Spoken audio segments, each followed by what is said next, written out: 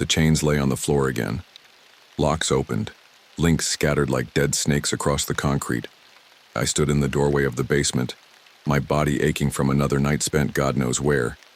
Frost clung to my boots. Mud caked the hem of my ranger uniform. 6 months. 6 months since Blackwood Forest. 6 months of running. 6 months of failing. I trudged to the small bathroom, bracing myself before looking in the mirror. Dark circles rimmed my eyes deeper than yesterday.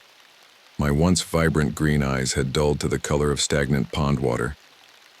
As I splashed cold water on my face, I noticed fresh markings on my forearm, intricate spirals and angular symbols, identical to those I'd seen in Northridge before.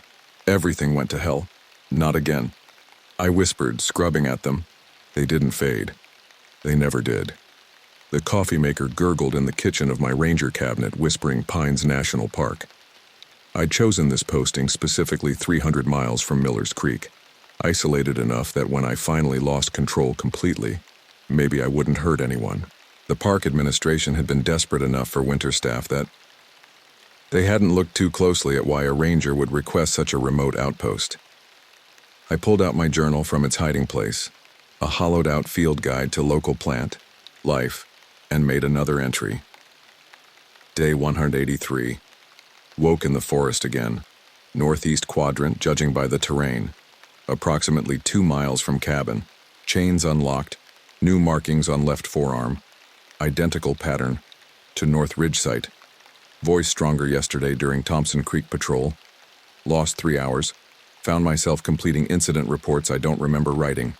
The radio crackled, startling me. I knocked my coffee mug to the floor where it shattered, brown liquid seeping between the floorboards. Ranger Hayes, you copy? The voice belonged to Park Superintendent Garcia, checking in from the main office 30 miles south. I grabbed the handset. Hayes here, go ahead. Just checking your status before the storm rolls in. Forecast says we're looking at 8 inches. By nightfall. Roads will be impassable for at least 3 days. I'm stocked up, should be fine. My voice sounded normal, steady, a lie. Good man, don't forget to log your patrols. Been missing some of your check-ins. I glanced at the stack of papers on my desk, reports filled with my handwriting that I had no memory of completing. Sorry about that, radio's been spotty, won't happen again, no problem, just protocol. Stay safe up there, Hayes, will do. Hayes out. I replaced the handset and leaned against the wall, suddenly dizzy. A familiar pressure built behind my eyes, like something pushing outward from inside my skull. They're coming to find us soon, whispered a voice that wasn't mine but used my vocal cords anyway. Winter will keep them, feed them to us. Shut up, I hissed, pressing my palms against my temples. There's no us. Laughter echoed inside my head, a layered, multi-toned sound like dozens of voices speaking in unison. The smiling one. That's what the cult in Blackwood Forest had called it. The entity that had latched onto me during the investigation, that had hollowed me out from the inside, that was slowly taking control. I pushed away from the wall and grabbed my jacket. I needed to patrol, needed routine, needed to stay human for as long as possible. The forest welcomed me with silent, snow-laden branches. My breath fogged in the frigid air as I trudged along the hiking trail, checking markers and keeping watch for any foolhardy hikers who might have ignored the weather warnings. The physical exertion helped quiet the voice, at least temporarily. Hours later, I returned to find deer gathered around my cabin. 6 of them standing perfectly still, watching, the building with unblinking eyes. They didn't scatter at my approach. Instead, they turned their heads in unison to stare at me. Get out of here, I shouted, waving my arms. The deer blinked simultaneously, then melted back into the forest with unnatural coordination. Inside, I found muddy paw prints crossing my floor, too small for deer, fox, maybe, or raccoon. Something had been in my cabin while I was away. I followed the prints to my desk where my journal lay open, though I'd hidden it before leaving. My hands trembled as I picked it up. New writing filled the page in my handwriting. The door is opening. We are becoming.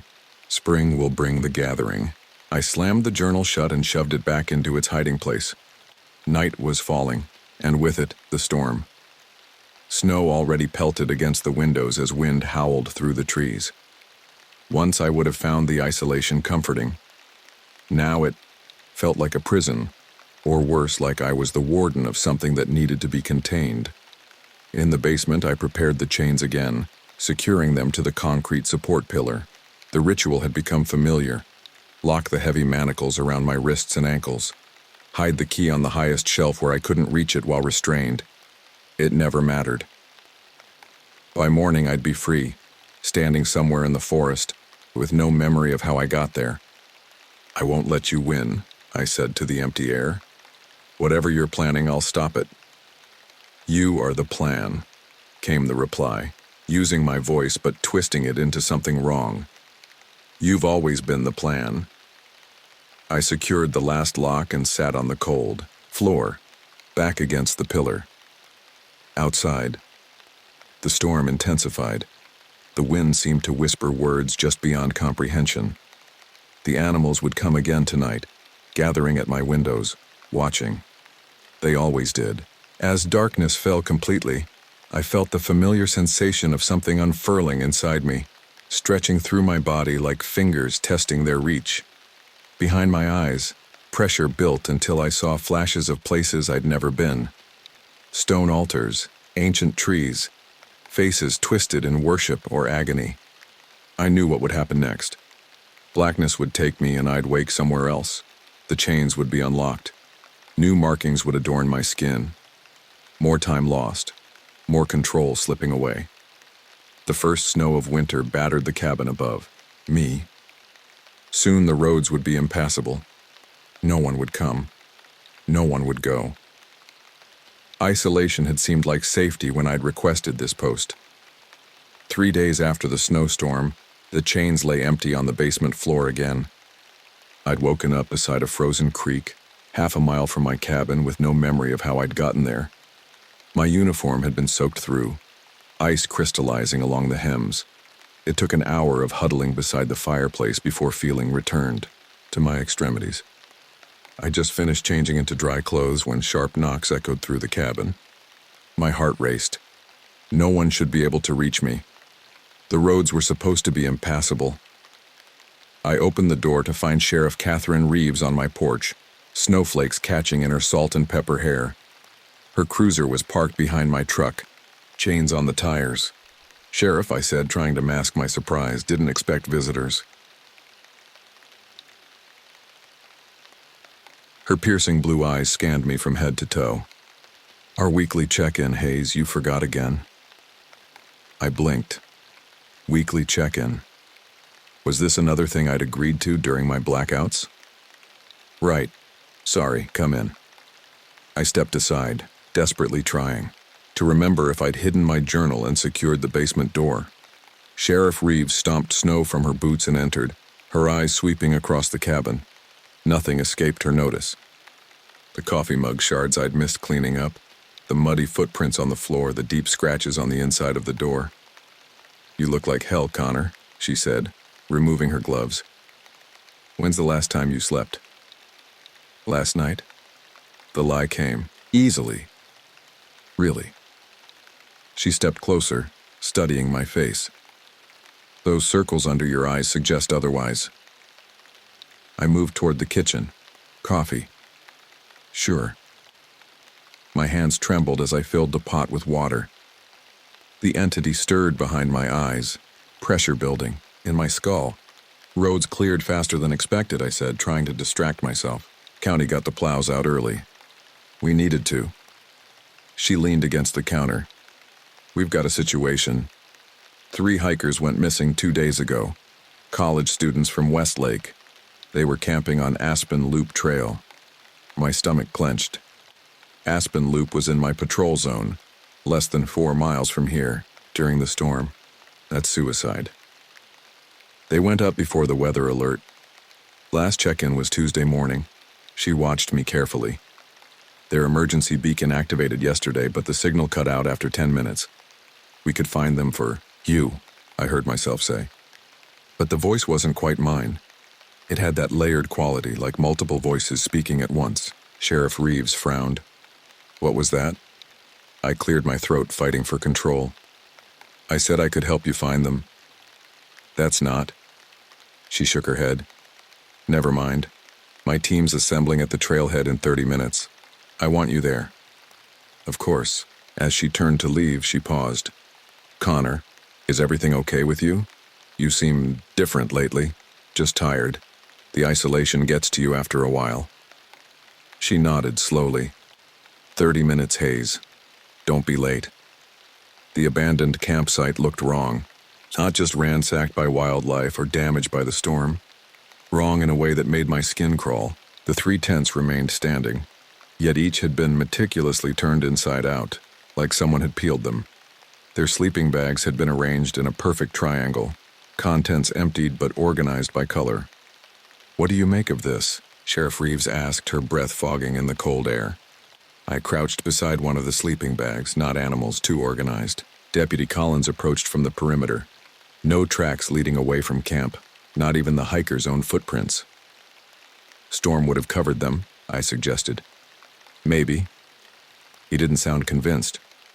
I moved toward the center of the triangle formed by the sleeping bags. Something caught my eye. Small structures arranged in a circle. I knelt down for a closer look. They were twig dolls, about 6 inches tall, intricately woven with sinew and hair. Each had a different configuration of limbs, some with too many, others with none at all. I picked one up, turning it over. In its chest cavity, nestled among dried leaves, were teeth. Human teeth. Sheriff, I called, my voice strained.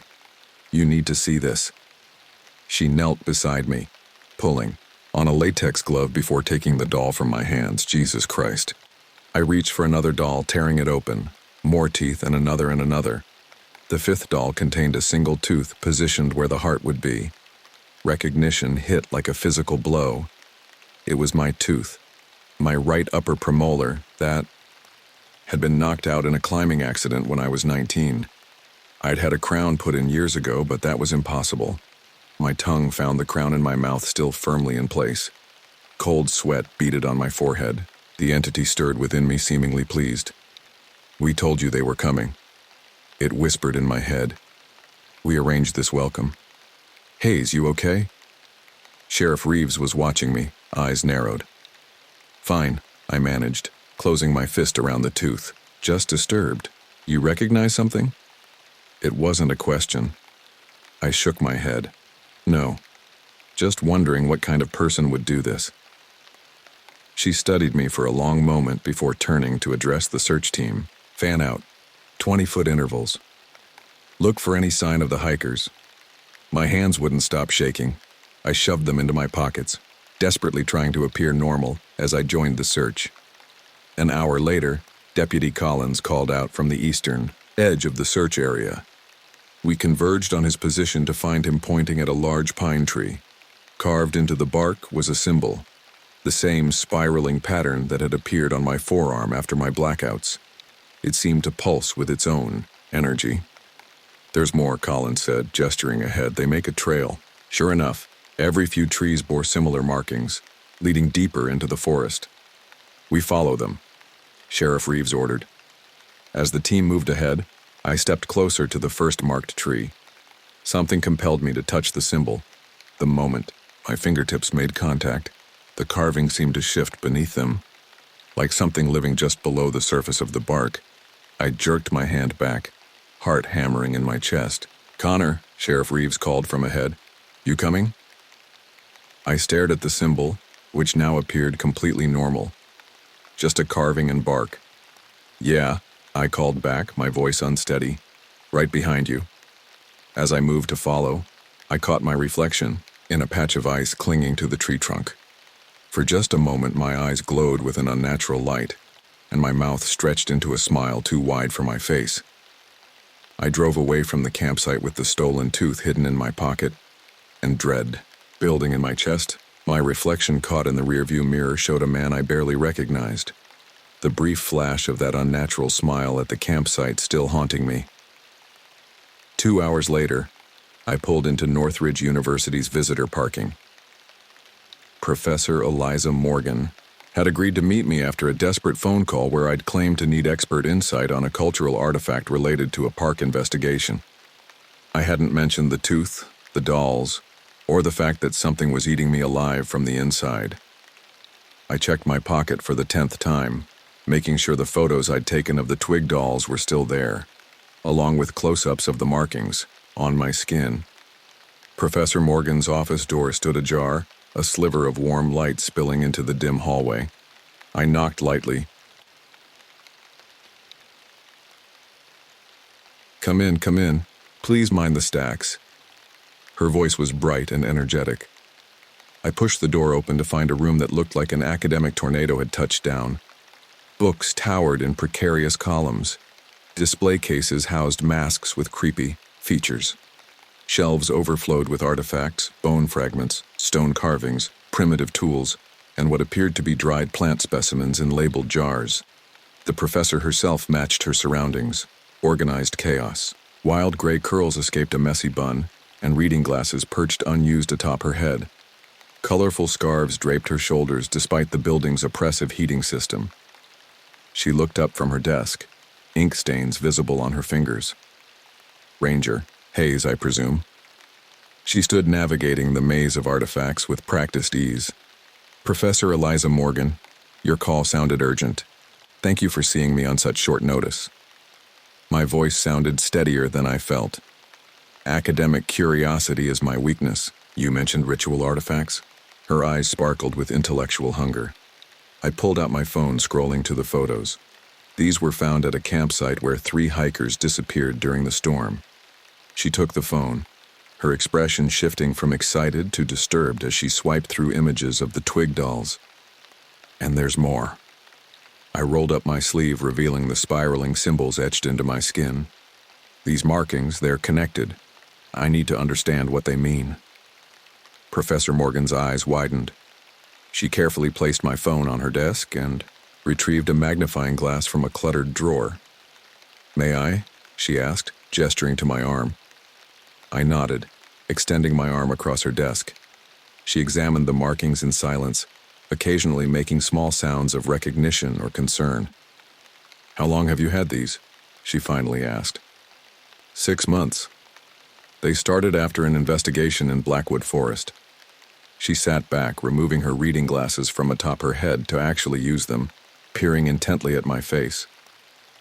You've heard of the Carter family from Miller's Creek? My blood ran cold. Yes. They were connected to ritualistic murders 20 years ago. Much older than that. She turned to a filing cabinet, yanking open a drawer with practiced efficiency. The Carters have been in that region for over 200 years, though. They've gone by different names throughout the generations. She extracted a worn folder and spread several photographs across her desk. They showed cave paintings, stone tablets, and ancient pottery, all bearing symbols identical to those on my skin. What you're marked with, Ranger Hayes, is very old. It's connected to an entity some texts call the Smiling One, a being that exists between dimensions, constantly seeking full manifestation in our world. My mouth went dry. How does it manifest? 3 phases according to the texts. She held up one finger. First, finding a vessel through ritual marking. The vessel is prepared through exposure to specific artifacts, usually followed by burning them. The burning completes the connection. I remembered the twig dolls I'd gathered as evidence, how they'd inexplicably caught fire in my truck on the drive back to my cabin. I'd assumed I'd dropped a cigarette. The second phase, she continued, another finger, involves consuming the life force of 9 specific individuals, each representing different aspects of human existence. The disappearances you mentioned may be connected to this. The pressure behind my eyes intensified. I gripped the edge of her desk. And the third, I managed to ask. A willing sacrifice at the binding site, a place where the veil between dimensions is thinnest. This completes the manifestation, allowing the entity to fully exist in our world. She pulled out another file, this one containing newspaper clippings. The Carter family has orchestrated these rituals for generations. They serve as shepherds, guiding the entity's manifestation. The most recent known member is Abigail Carter, though she likely goes by another name now. The entity inside me surged, clawing at my consciousness. My vision blurred, replaced by flashes of a young woman with unnaturally pale skin and a too-wide smile. Abby knows us. Abby prepares the way. The voice whispered inside my head. I doubled over, fighting for control. Ranger Hayes, are you all right? Professor Morgan's voice seemed distant. With tremendous effort, I straightened. I'm fine, just tired. Her expression showed she didn't believe me.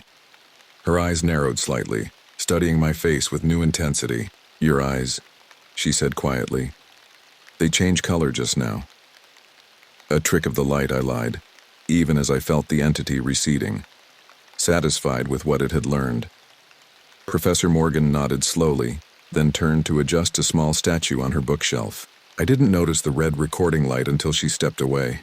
Is that a camera? I asked, tension creeping into my voice. Standard procedure when examining artifacts. She replied smoothly. University policy for documentation. We both knew it was a lie, but I didn't challenge her. Instead, I gathered the photos, rolling my sleeve down to hide the markings. Thank you for your insights, Professor. This has been educational. Ranger Hayes. Her voice stopped me at the door. Whatever is happening to you, it isn't too late to stop it. The text suggests the vessel can reject the entity before the third phase, but it requires tremendous willpower. I nodded without turning. I'll keep that in mind. The drive back to Whispering Pines felt endless. Snow began falling again, fat flakes swirling in my headlights. I flicked on the radio for distraction, settling on a new station. Halfway through a weather report, the station changed by itself, static giving way to music. An old folk tune played, something about smiling in the dark. I pressed the scan button, finding another station. Seconds later, the same song began playing again. I hit the power button. The radio remained on. Smile when the darkness comes. Smile when they call your name. I punched the dashboard, pain shooting through my knuckles. The music continued uninterrupted. Smile as the shadows grow, never to be the same. For the rest of the drive, the song played on repeat. No matter what buttons I pressed. The entity hummed along inside my head, seeming to know every word by heart. The drive back from Professor Morgan's office left me drained. The radio's haunting folk song still echoing in my mind as I pulled into the Whispering Pines Sheriff's Station. Snow continued to fall and lazy flakes dusting my jacket as I trudged toward the entrance. Sheriff Reeves had called an hour ago. Need you at the station. New developments on those missing hikers. The fluorescent lights of the station buzzed overhead as I stepped inside, their harsh glow making my headache worse. The entity had been restless since my meeting with Professor Morgan, pushing against my consciousness like waves testing a dam for weakness. Sheriff Reeves stood by the front desk reviewing a stack of papers. She looked up as I entered, those piercing blue eyes missing nothing. A haze. You look like hell, she said with no warmth in her voice. Nice to see you too, Sheriff. I attempted, a smile that felt more like a grimace. What's this about the hikers, not just the hikers anymore? She gestured toward her office. We've got company from Millers Creek PD. My pulse quickened at the mention of Millers Creek. A man in a deputy's uniform stood examining a map on the wall, his back to us. When he turned, I recognized Deputy Marcus Collins from the search party earlier. Ranger Hayes, he said with a nod, his expression carefully neutral. Good to see you again. Something about his flat brown eyes made my skin crawl. They revealed nothing like looking at painted glass. Deputy Collins has jurisdiction over a case that might be connected to our missing hikers, Sheriff Reeves explained, settling behind her desk. She gestured for me to sit in one of the chairs opposite her.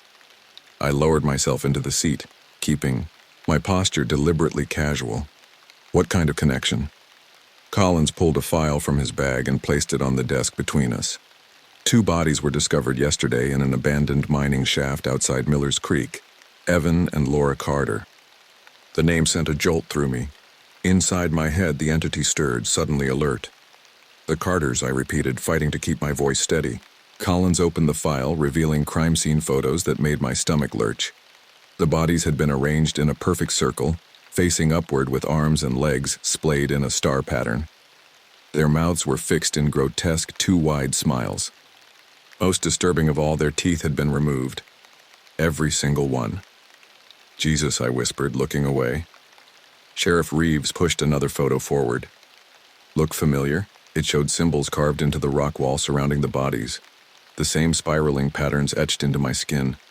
The same markings we'd found on the trees near the hikers' campsite. My arm burned beneath my sleeve as if the symbols were being carved anew. We've seen these before, I acknowledged, careful not to reveal too much. There's more, Colin said, pulling out another file. Abby Carter, their daughter, is missing. No sign of her at the scene or their residence. He placed a third file on the desk. Older, the edges worn and yellowed with age. The label read, Tanner, J. Personal Investigation. Carter Family, 1978-2022. Sheriff James Tanner Collins explained my predecessor. He supposedly committed suicide 3 months ago, but I found this hidden in his home while clearing his effects. Sheriff Reeves opened the inside were decades of notes, photographs, and newspaper clippings, all related to the Carter family. Tanner had been investigating them for over 40 years. Collins continued. He believed they were part of a cult dating back centuries. They called themselves the Eternal Smile. The pressure behind my eyes intensified, becoming almost unbearable. The entity surged forward with such force that I gasped, gripping the arms of my chair. According to Tanner's notes, Collins said, seemingly oblivious to my distress, the cult worshipped an entity they believed existed between dimensions. They performed rituals to help it manifest in our world. He knows too much. The entity roared. Inside my head, its voice a cacophony of overlapping tones. He'll ruin everything. Hayes? Sheriff Reeves was looking at me with concern. You okay? I tried to respond, but my throat constricted. The room began to spin, darkness encroaching at the edges of my vision.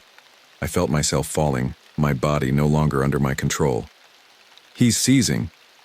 Sheriff Reeves's voice seemed to come from miles away. Collins, help me get him on his side. As hands grabbed me, the world dissolved into a kaleidoscope of fractured images. I was no longer in the sheriff's station. I stood in a clearing in a forest I didn't recognize. A stone altar dominated the center, surrounded by hooded figures, holding torches. Their faces were obscured except for their mouths, each stretched into an identical, unnatural smile.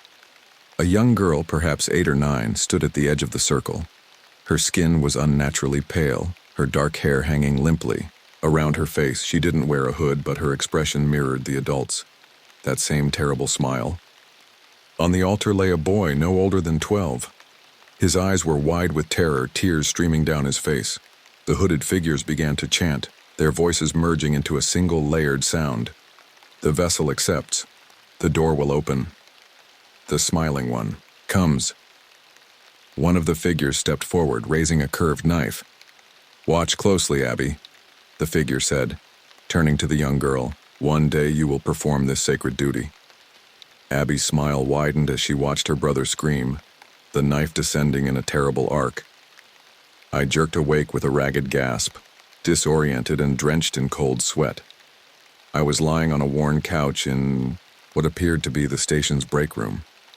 Sheriff Reeves sat across from me, a foam cup of coffee cooling in her hands. Her expression was guarded, her posture tense. Welcome back, she said. No warmth in her voice. You've been out for almost 40 minutes. I struggled to sit up, my limbs heavy and uncooperative. What happened? You tell me. She leaned forward. 1 minute you're fine. The next you're on the floor, convulsing and speaking. In. She hesitated, speaking in multiple voices at once. My blood ran cold. What did I say? Nothing coherent. She studied me intently. What's your connection to the Carters, Hayes? I don't have one. I replied too quickly. Then why did you react that way when Collins mentioned them? Why did you mutter the name Abby repeatedly while unconscious? I swallowed hard, my throat painfully dry. I don't know. Sheriff Reeves set her coffee down with deliberate care. I've known you 6 months, Connor. You're a good ranger, dedicated. But lately something's off. The sleepwalking, the memory lapses, the physical changes. Her eyes narrowed. Your eyes aren't even the same color anymore. I looked away, unable to meet her gaze. I'm just tired, stressed. Bullshit. The word came out sharp as a knife. I've seen your medical report from last month's physical. Elevated heart rate, abnormal brain activity, unexplained markings on your skin. The doctor recommended psychiatric evaluation. It's nothing, I insisted. Nothing doesn't cause seizures. She stood up. I'm putting you on administrative leave, effective immediately. Get help, Hayes. Real help.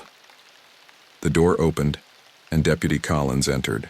He'd removed his jacket, and I noticed something protruding from his shirt pocket. A small twig figure similar to the dolls we'd found at the campsite. My heart hammered against my ribs. How are you feeling, Ranger? Collins asked, his voice neutral. His hand rested casually near his holstered weapon, a gesture that seemed deliberately calculated. Better, I lied. Just exhausted. I think Collins nodded, his eyes revealing nothing. The bodies of the mining shaft. They were positioned exactly like this. He made a star shape with his arms. Ritual positioning. Tanner's notes called it the doorway configuration. Sheriff Reeves shot him a warning look. That's enough, Collins. Hayes needs rest.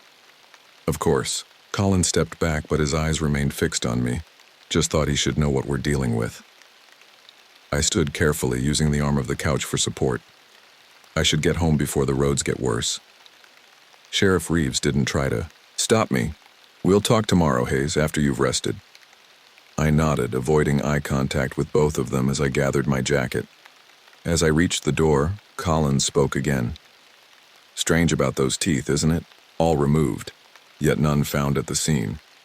I paused, the tooth in my pocket feeling like it weighed 1,000 pounds. Strange, I agreed, then fled before they could see the panic in my eyes. Night had fallen by the time I left the station, the snow illuminated by my headlights as I drove slowly back toward my cabin. My mind raced with everything I'd learned. Carter's The Eternal Smile cult, Sheriff Tanner's decades-long investigation, and that vision of young Abby watching her brother's sacrifice. I was so lost in thought that I almost missed it.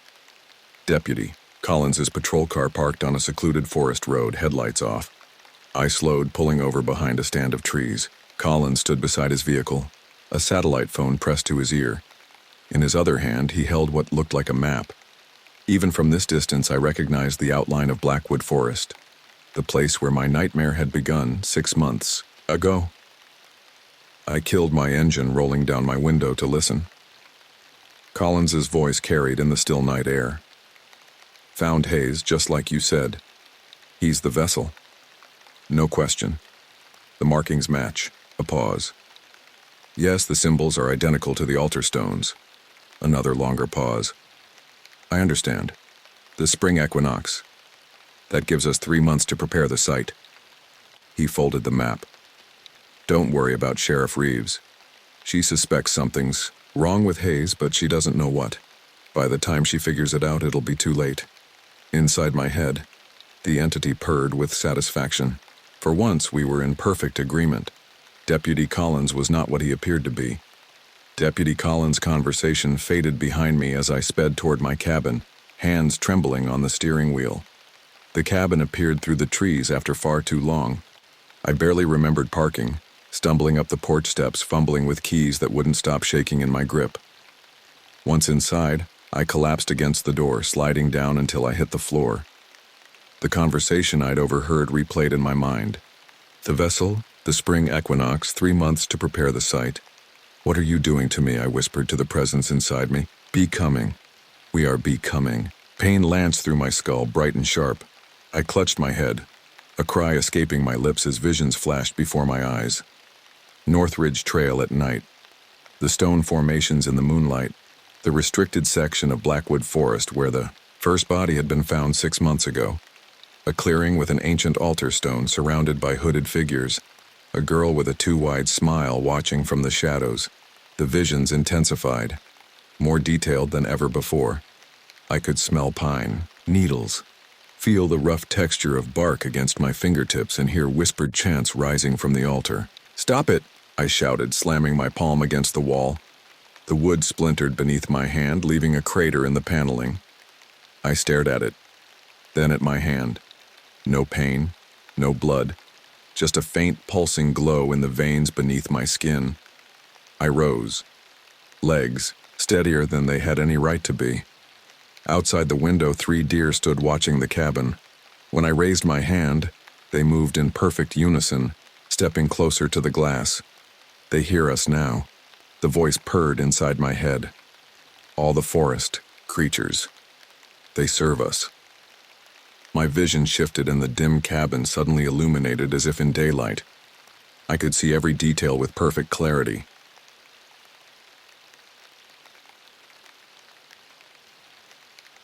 Dust particles suspended in the air, the microscopic cracks in the wooden beams overhead, a spider building its web in the far corner. Power surged through me, a dark tide washing away my fatigue. My muscles coiled with tension, strength beyond anything human flowing through them. "What is this?" I gasped. "Gifts," the entity replied. "To prepare the vessel, to complete our becoming." Rage exploded within me. At the entity, at my own weakness, at the inevitable loss of control. I lashed out, grabbing the nearest chair and hurling it across the room. It shattered against the wall like it was made of twigs. The coffee table followed, splitting in 2 when my foot connected with it. I tore through the cabin, destroying everything in my path with impossible strength. The couch ripped apart in my hands. Shelves snapped from the walls.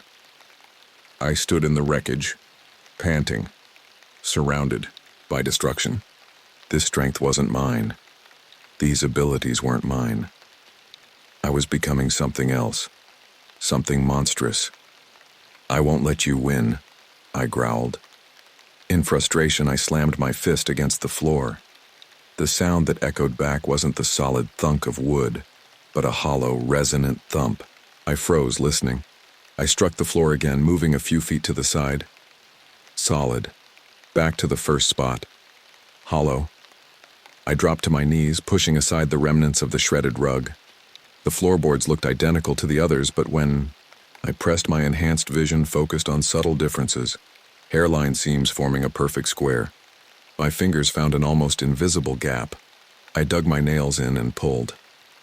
The trapdoor lifted with surprising ease, revealing a set of stone steps descending into darkness.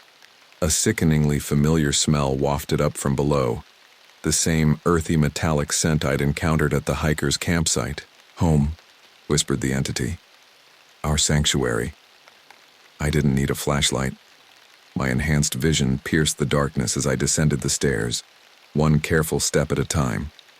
Recognition dawned slowly. These walls matched the stone construction from my visions. The same distinctive chisel marks, the same patterns in the rock. The passage opened into a circular chamber and my heart stopped. There they were, the 3 missing hikers. They sat with backs against the wall, arranged in a triangle. Their skin had taken on an unhealthy paleness, eyes half-lidded, mouths fixed in slight vacant smiles, tubes of some organic material connected to their arms and necks, pulsing slowly with a faint bluish light. The tubes converged at the center of the room, disappearing into the floor. "Hey," I called, rushing forward. "Can you hear me?" None responded. Their eyes didn't track my movement. They seemed to be looking through me at something only they could see. I knelt beside the nearest one, a young woman with matted blonde hair. Her pulse was weak but steady. She lived, yet her life force visibly drained through the tubes, feeding something beneath the chamber. "They nourish us," the entity explained, its voice almost gentle. "Their essence builds our strength. 3 more will join before the spring. Then 3 more, the 9 sacrifices to open the door." Horror crashed over me. "You chose this cabin because of this chamber. You knew it was here all along. We have known for centuries. Our faithful built it. We guided you here when you ran from Blackwood Forest, the perfect vessel seeking the perfect refuge." I grabbed at the tubes connected to the woman, trying to pull them free. My hands wouldn't cooperate. They hovered inches from the pulsing conduits, shaking with the effort to move those final inches. "No," I choked out. "I won't let you do this." My body betrayed me. Instead of helping the hikers, I found myself kneeling at the center of their triangle. My hands formed unfamiliar gestures. Words spilled from my lips in a language I didn't recognize but somehow understood. An incantation to deepen their trance, to make their essence flow more freely. The tubes pulsed brighter. The hikers' smiles widened a fraction. "You cannot stop what is already happening," the entity said. "Your knowledge serves us. Your ranger skills find the perfect victims. Your survival training keeps them alive longer so we may feed longer." I fought with everything I had, trying to regain control of my limbs. Sweat beaded on my forehead from the effort. For an instant, just an instant, I broke through. My hand shot out, grasping one of the tubes. White-hot pain seared through my arm. Vision slammed into me. The altar stone again, blood flowing into carved channels. 9 bodies arranged in a circle. A door opening in reality itself. Something vast and ancient pushing through. I collapsed, gasping, as the entity reasserted control. My body rose without my permission. I watched my hands check the hikers' pulses with professional efficiency, adjust the tubes with horrifying precision. Ranger training perverted to serve something inhuman. "We will care for them," the entity assured me. "Their strength becomes our strength. Their life becomes our life. By spring, we will be ready." "For what?" I managed to ask, though my lips barely moved. "For our complete manifestation. For the door to open fully. For the smiling one to walk the world again." I stared at the hikers, their expressions frozen in those slight, dreamy smiles. They couldn't see me, couldn't hear me. They were trapped. In visions, the entity fed them just as I was trapped in my own body. "I'll stop you," I whispered, though I had no idea how. "I'll find a way." The entity's laughter echoed inside my skull, a chorus of overlapping voices. "You cannot stop what you are becoming, Connor Hayes. You will smile when the darkness comes." My own face reflected in a pool of water on the chamber floor, eyes glowing with unnatural light, mouth stretched in a smile too large for any human face. 2 days had passed since my discovery of the hidden chamber beneath my cabin. 2 days of fighting for control against the entity inside me as its influence grew stronger. When Sheriff Reeves called to organize another search party for the missing hikers, I almost refused. I knew where they truly were, trapped in that chamber, their life force being drained. But the entity wouldn't let me speak the truth. The morning dawned with a brittle chill. Frost clung to the trees and crunched beneath our boots as we gathered at the trailhead. "All right, listen up," she called to the assembled volunteers. "We're expanding our search grid today. These kids have been missing for almost a week now. If they're still out here." She didn't finish the sentence. She didn't need to. Deputy Collins stood beside her, his expression carefully blank. The twig doll I'd noticed before was absent from his pocket, but something about the way his eyes tracked me made my skin crawl. "Hayes," Sheriff Reeves motioned me over. "You're with Team 3, Eastern Quadrant. You know that terrain better than anyone." I nodded, trying to appear normal despite the pressure building behind my eyes. "We'll find them," I said, the words bitter on my tongue. "I hope so." Her gaze lingered on my face. "You look different today." Before I could respond, she turned away to assign the remaining teams. I joined my group, a mix of park staff and local volunteers, all grim-faced and determined. We set off into the forest, spreading out into our search formation. An hour into the search, I noticed the first symbol. It appeared on an ancient oak tree carved deep into the bark, the same spiraling pattern etched on my skin. It seemed to pulse with a faint bluish glow. I stopped, staring at it. "You see something?" called one of the volunteers, a middle-aged man whose name I'd already forgotten. I pointed at the tree. "This marking could be a trail sign." He approached the tree. "What marking?"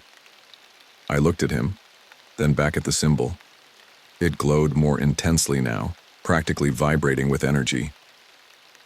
"Right here," I insisted, tracing the outline. With my finger, he shook his head. Nothing there, man. Just old bark. A chill ran through me. Either I was hallucinating, or the symbols were meant only for me. The entity stirred inside, pleased by this realization. My mistake, I muttered. Let's keep moving. But more symbols appeared as we continued, each one visible only to me. They formed a clear path, leading away from our designated search area. An overwhelming compulsion to follow them grew with each step. I think I see something. I lied to my team. I'll check it out in radio if I find anything. Before anyone could object, I moved toward the nearest symbol, drawn by its pulsing light. The further I walked, the stronger the pull became. Behind me, the voices of my search team faded. I should have felt alarmed, but a strange calm settled over me instead. This was inevitable. This was destined. The symbols led me deeper into the forest, into areas I'd never patrolled. The trees grew older here, more primeval. Moss hung in thick curtains from ancient branches. The ground sloped gradually downward into a natural depression. I realized, with a start, that the forest had gone completely silent. No birdsong, no rustling leaves, no scurrying animals. Even the wind seemed to die at the edge of this place. At the center of the depression stood a stone altar, weathered by centuries, of exposure yet still bearing intricate carvings along its sides. The same spiraling symbols that had led me here. The altar stone sat in the middle of a perfectly circular clearing where nothing grew, the ground bare and oddly smooth. A figure knelt before the altar head, bowed over an open book. Even from behind, I recognized her. The pale skin, the long dark hair, the unnatural stillness of her posture. Abby Carter. She didn't turn as I approached, yet she spoke as if she'd been expecting me. "The vessel arrives," she said, her voice oddly melodic. Right on time, I stopped several feet away. "You're Abby Carter." She rose fluidly and turned to face me. Her smile stretched too wide across her face, revealing perfect teeth, a mirror image of the expression I'd seen on my own face during my blackouts. "I am Abby," she confirmed, one of many names I've worn. Her eyes held ancient knowledge that contradicted her youthful appearance. She gestured to the book open on the altar, bound in what appeared to be human skin, its pages yellowed with age. "You have questions," she said. "The answers are here, as they have always been." I took a step closer, drawn by morbid curiosity and the entity's hunger for knowledge. "What is this place?" I asked. "A binding site," she replied. "One of 7 across this continent. Places where the veil between dimensions wears thin, where the smiling one can reach through." She ran her fingers lovingly over the book's pages. "My parents failed in their duty. They were meant to prepare you, properly, gradually. Instead, they grew afraid. They tried to stop what cannot be stopped." "Your parents," I said. "The bodies in the mine shaft." Her smile didn't falter. "They served their purpose until fear overcame devotion. They forgot that I am not merely their daughter." Her head tilted at an unnatural angle. "I am an extension of the smiling one's will, born of the previous vessel, as all shepherds are." The implication hit me. "You're saying you're not human?" "Not entirely," she agreed, "just as you are becoming something more than human." She stepped aside, gesturing for me to approach the altar. Against my better judgment, I did. The book lay open, to pages covered in symbols identical to those on my skin, accompanied by text in a language I'd never seen yet somehow understood. "You were chosen long ago," Abby said as I stared at the pages. "When you were 8 years old, you crossed through ritual grounds in Blackwood Forest. Do you remember?" Memories surfaced, a family camping trip, wandering away from our site, finding strange stones arranged in a circle, the sudden headache that had lasted for days afterward. "You were marked then," she continued. "The entity guided your path, your interest in forestry, your assignment to Blackwood, your discovery of the first sacrifice, all orchestrated to bring you here now." My hands trembled as I turned a page in the ancient book. "The hikers," I said, "the twig dolls, what do they mean?" "The 9 sacrifices form the key," she explained. "The dolls form a map when properly assembled, a map to this binding site. Each sacrifice marks a point of power. Each life strengthens the vessel. She reached into her pocket and withdrew a twig doll, similar to those I'd found at the campsite, offering it to me. "Take it," she urged. "Complete your collection, find the pattern." I accepted it, feeling a rush of connection as my fingers closed around the crude figure. The entity surged within me, recognizing something familiar in this offering. "I've been fighting this," I admitted, my voice hardly sounding like my own, trying to stop it. Abby's expression softened with what looked almost like compassion. "Fighting only causes pain. The change is inevitable. You were chosen because you are strong enough to contain what comes next." She closed the book and lifted it from the altar, holding it out to me. "Take this too. Learn what you must become. Prepare for the final phase at the spring equinox."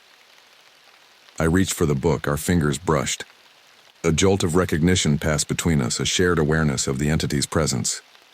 For a moment I saw her true nature beneath the human disguise, something ancient and patient wearing flesh like a borrowed coat. Yet rather than fear, I felt a strange kinship. She was like me, or rather I was becoming like her. A vessel, a doorway. "They'll be looking for me," I said, clutching the book to my chest. "Then go," she replied. "We'll meet again when the time is right, when the 9th sacrifice is prepared." I turned to leave, then paused.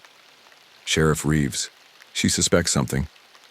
Abby's smile widened impossibly further. "The sheriff has her role to play as well.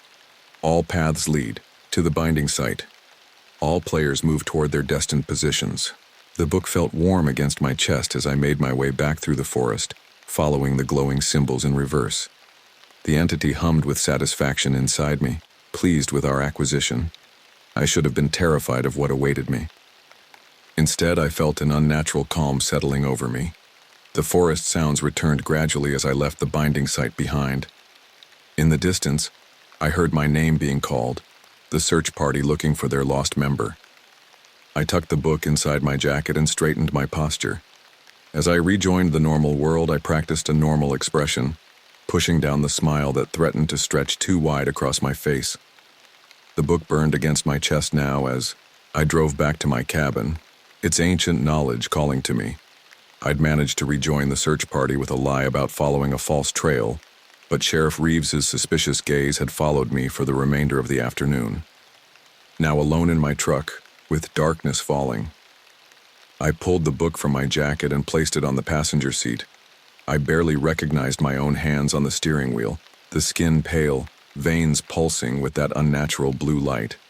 My transformation was accelerating. When I reached the cabin, I found Abby waiting on the porch, still as a statue. No breath clouded the air in front of her despite the frigid temperature. "It's time," she said simply. I nodded, unable to resist the pull of what was coming next. Blackwood Forest, North Ridge. The binding site awaits.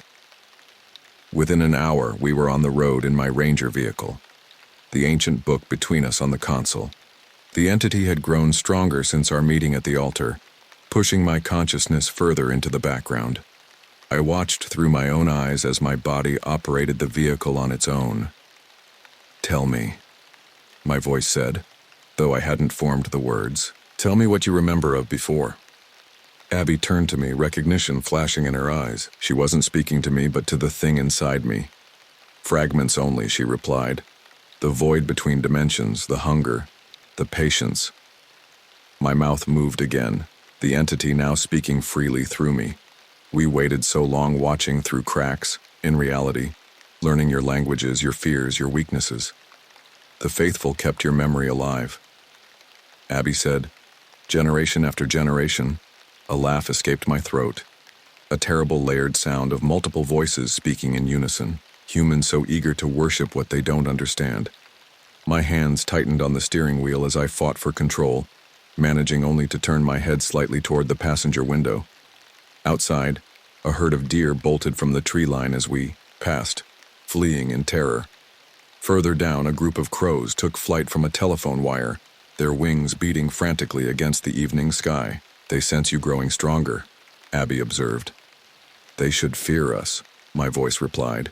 We will reshape this natural world into something more beautiful, more honest. How? I forced the word through clenched teeth, briefly wresting control of my own vocal cords. The entity paused, perhaps surprised by my resistance. Then it answered using my voice, but with that unsettling chorus effect underlying each word. Your world is built on lies, creatures pretending to be separate from one another, individual, independent. We will show the truth that all life is connected. One consciousness expressing itself through infinite forms. By destroying everything, I managed to say. By transforming everything, it corrected. The 9 sacrifices open the door. What comes through will unmake the boundaries between minds, between bodies, between dimensions. I lost control again as we continued driving through the night. For hours, the entity spoke through me, revealing its ancient origins. It described watching Earth form from cosmic dust, waiting as life evolved, testing the boundaries between worlds. When primitive humans first developed consciousness, capable of perception beyond the physical. The first vessel was a shaman who sought power beyond human understanding, my mouth explained to Abby. He welcomed us, but his form was too weak. We learned from this failure. Each attempted manifestation taught us more about human biology, human psychology, human weakness. We stopped twice for gas. Each time I noticed how the station attendant stared at me with uneasy expressions. At the second stop, a young woman backed away when I approached the counter, her eyes widening at whatever she saw in my face.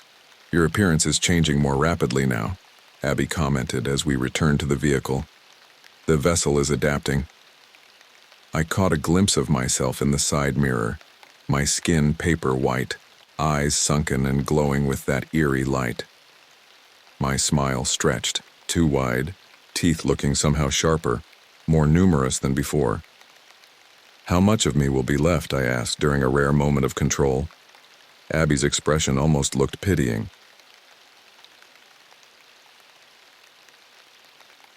Enough to remember being human. The perfect vessel retains humanity while transcending it. Night had fallen completely by the time we reached the borders of Blackwood Forest. The entity guided my hands on the wheel, turning onto unmarked forest, service roads, then eventually off-road entirely. We jolted along a barely visible trail until finally stopping at the base of North Ridge. We walk from here, Abby said, gathering the book. I emerged from the vehicle, my movements no longer entirely my own. The forest around us had gone silent. No insects chirping, no nocturnal animals calling. My enhanced vision pierced the darkness, revealing the path ahead clearly. We climbed for nearly an hour, following glowing symbols visible only to us. The forest grew more primeval as we ascended, the trees ancient and twisted, their branches reaching toward us like gnarled fingers. Near the summit, Abby stopped abruptly. The Guardian, she said, pointing to a massive oak with a hollow center. I approached, drawn by a familiar smell, that same earthy metallic scent from the chamber beneath my cabin. Inside the hollow trunk sat a preserved corpse positioned upright as if keeping watch. The body wore the tattered remains of a sheriff's uniform, the badge still pinned to the chest. Sheriff James Tanner.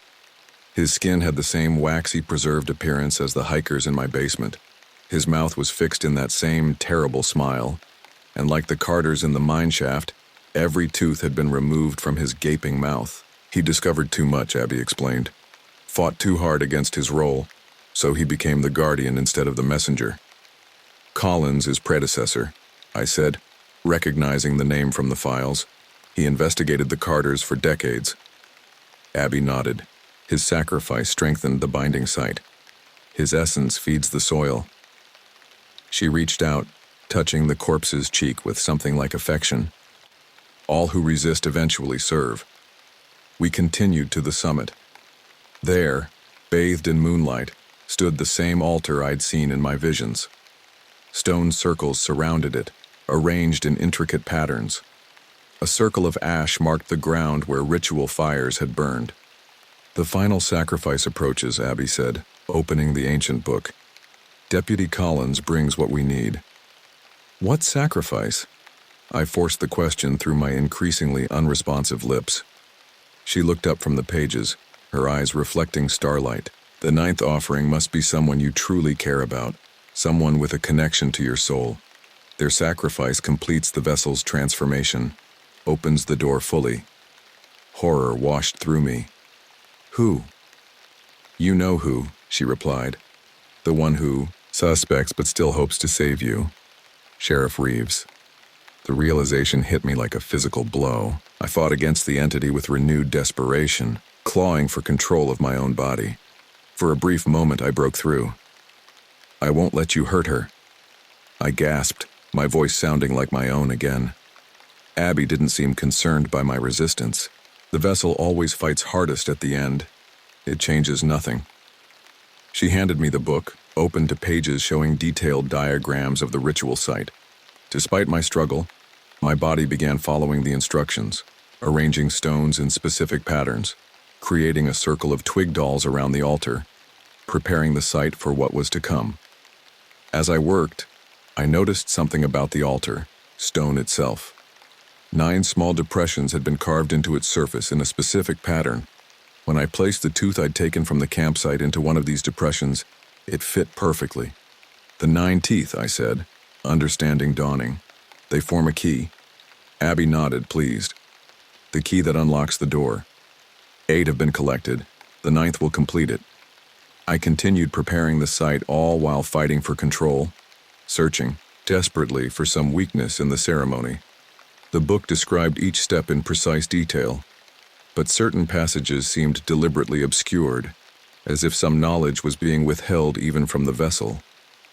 Night deepened around us. The forest had grown unnaturally still.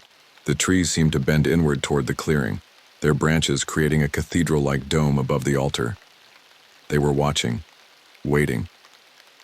In the distance, I heard the sound of an approaching vehicle, then footsteps on the path below. Multiple sets. He comes, Abby said, smiling that terrible smile. And he brings your sheriff. The 9th sacrifice approaches. I stared down at my hands, arranging the final stones in their pattern. Though I appeared to be following the entity's will, I focused on a single thought. I would find a way to stop this, if not to save myself, then to save Catherine Reeves. The entity detected my resistance and laughed using my voice, that chorus of overlapping tones echoing across the clearing. You cannot stop what is already in motion, it said through my smiling mouth. The door opens, the smiling one comes. I fought for control of my own hands as they arranged the final stones around the altar. Abby stood nearby, her smile gleaming in the moonlight as she watched my internal struggle with detached fascination. My ears caught the sound first. Tires on the rough forest road below, then car doors slamming. Multiple sets of footsteps began, ascending the trail toward our clearing, crushing leaves and snapping twigs. He comes, Abby said, her voice carrying unnatural harmonics. And he brings what we need. The 9th sacrifice approaches. I fought harder against the entity, managing to slow my movement slightly as I placed the 8th tooth in its depression on the altar stone. My body trembled with the effort, sweat beading on my unnaturally pale skin despite the cold night air. They're early, I managed to say with my own voice. The ritual isn't complete. Abby's eyes flickered to mine, recognizing the moment of control I'd seized. It matters not. The vessel fights but cannot win. The footsteps grew louder. 2 people, one moving confidently, the other stumbling, being dragged along. A branch snapped, followed by a woman's voice. This is madness, Collins. You can't possibly believe silence. Deputy Collins' voice was colder than I'd ever heard it. They emerged into the clearing. Collins had changed from his uniform into dark robes embroidered with the spiraling symbols. His face was painted with markings that matched those carved into my skin. In one hand, he held a ceremonial knife with a curved blade. With his other, he roughly guided Professor Morgan, her hands bound with thick rope. My heart plummeted. I'd expected Sheriff Reeves. The entity had made me believe she would be the ninth sacrifice. But now Professor Morgan's terrified. Eyes met mine across the clearing, widening in horror at what she saw. "Connor," she whispered, her voice breaking. I wanted to respond, to tell her to run, but the entity surged forward, reclaiming control of my vocal cords. My mouth stretched into that terrible smile. "The vessel welcomes you, Professor," the entity said through me, its layered voice echoing in the still night air. "Your knowledge has served us well. Now your essence will complete our becoming." Collins shoved Professor Morgan forward, causing her to stumble and fall to her knees before the altar. He bowed deeply toward me. No, toward the thing inside me. "Hi, Shepard," he addressed me formally. "I bring the ninth sacrifice as promised, the woman who sought to interfere with your manifestation." Abby approached Collins, taking the ritual knife from his hands. "You have served faithfully, messenger. The eternal smile welcomes your devotion." Professor Morgan looked between us, her initial fear hardening into something else. Determination. Despite her bound hands, she straightened her spine, meeting my gaze directly. "Connor," she said firmly, "remember our conversation in my office about the entity's requirements?" The entity hissed inside my skull, trying to block her words, but I clung to them desperately. The texts were clear. She continued quickly.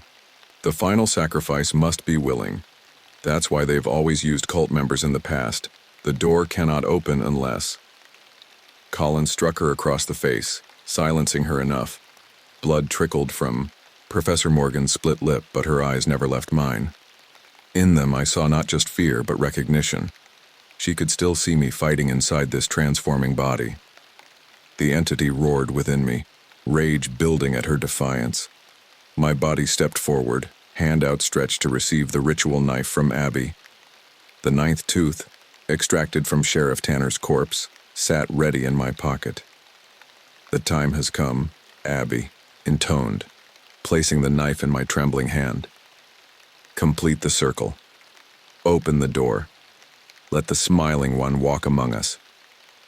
I stood over Professor Morgan, knife raised, my body no longer my own. The entity pushed me to strike, to complete what had started centuries ago. But Professor Morgan's words had sparked something, a realization, possible way out. Willing. The sacrifice had to be willing. The entity couldn't force the final offering. It needed consent. True, genuine sacrifice. That was why it had manipulated events, trying to make me believe Sheriff Reeves would be the victim. It knew I cared for her, knew that part of me might sacrifice myself to save her. In that moment of clarity, I gathered every fragment of humanity I had left. With monumental effort, I changed the knife's trajectory. Instead of plunging into Professor Morgan's heart, I drove the blade into my own chest. "No!" Abby shrieked, the sound inhuman. Hot blood poured down my chest as I staggered backward. The entity thrashed wildly inside me, its control weakening as my life essence drained. I fell against the altar stone, blood spilling across the arranged teeth. Wrong sacrifice. I gasped, my own voice returning fully for the first time in days. The effect was immediate and catastrophic. The blood, my blood, the vessel's blood, touched each of the ritual teeth, creating a connection that rapidly destabilized. The air around us began to distort, reality bending inward like fabric being torn. "What have you done?" Collins shouted, his face contorted with rage and fear. Professor Morgan scrambled to her feet, backing away from the altar. A wind that wasn't natural howled through the clearing, whipping her gray hair around her face. "Connor," she called out. I collapsed to my knees, the knife still embedded in my chest. "Run," I croaked. Abby and Collins weren't running. They stood transfixed, staring at the center of the altar where a doorway was forming, not the controlled portal they had planned, but a chaotic tear in reality. Unnatural light poured through it, bathing them in sickly blue radiance. "The vessel rejects you," I told the entity inside me, blood bubbling between my lips. Find another way home. The entity screamed, a sound of such ancient fury that the trees around us bent away as if in terror. I felt it being torn from my body, not emerging triumphantly as planned, but being ripped away violently, painfully. Professor Morgan reached me somehow, pulling me away from the altar with surprising strength. Together we stumbled down the path as the vortex grew behind us, consuming everything in its path. I looked back once. Abby and Colin stood paralyzed, their bodies elongating impossibly as they were drawn into the chaotic portal. Between the trees, partially visible, I could see it, the smiling one, a distortion in reality with that terrible, too-wide smile filled with countless teeth. It reached toward me with limbs that shouldn't exist, trapped between dimensions, unable to fully manifest. It's still there, I gasped as Professor Morgan helped me into Colin's abandoned vehicle. Still watching, waiting. Save your strength, she urged, starting the engine with shaking hands. The book, I said, clutching her arm with bloody fingers. You need to burn it. Burn my body with it when I'm gone. Scatter the ashes in running water. Her eyes filled with tears. Connor, you might survive. Promise me, I insisted, feeling life draining away. It will try again. New vessel, new cycle. She nodded finally, accelerating down the mountain road. I promise. Behind us, the clearing at North Ridge collapsed in on itself. Blue light shooting skyward before winking out like a dying star. The entity had been denied its full manifestation, but I knew with terrible certainty that it wasn't gone. Just thwarted, waiting. As darkness closed around me, I hoped it would be enough. 3 months later, a new ranger arrived at the renovated cabin. The bloodstains had been removed. The hidden chamber beneath filled with concrete. The forest around it seemed peaceful again, birds singing in the spring sunshine. The young ranger set down her bags, exploring her new home with enthusiasm. A fresh start, she'd been told.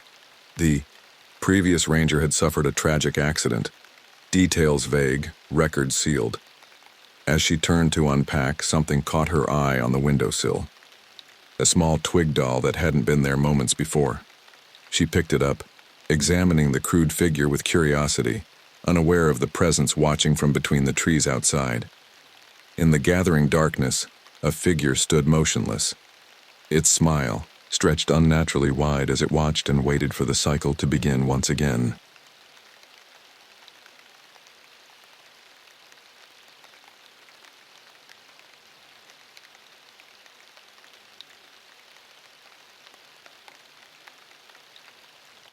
The faint hum of the television filled the room, the static glow casting long flickering shadows across the wooden walls of the ranger station. I leaned back in the creaky chair, my boots propped on the desk. A half-empty mug of coffee cooling beside me.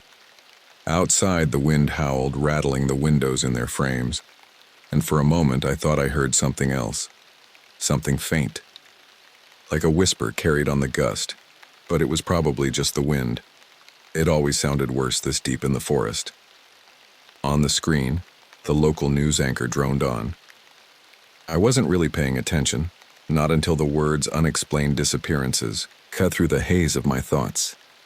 I sat up staring at the screen. A map of the surrounding towns appeared, red dots marking locations. Another missing person reported in the town of Millers Creek earlier this week, the anchor said. Authorities have yet to find any leads, and residents are growing increasingly concerned. This marks the 5th disappearance in the past 2 months.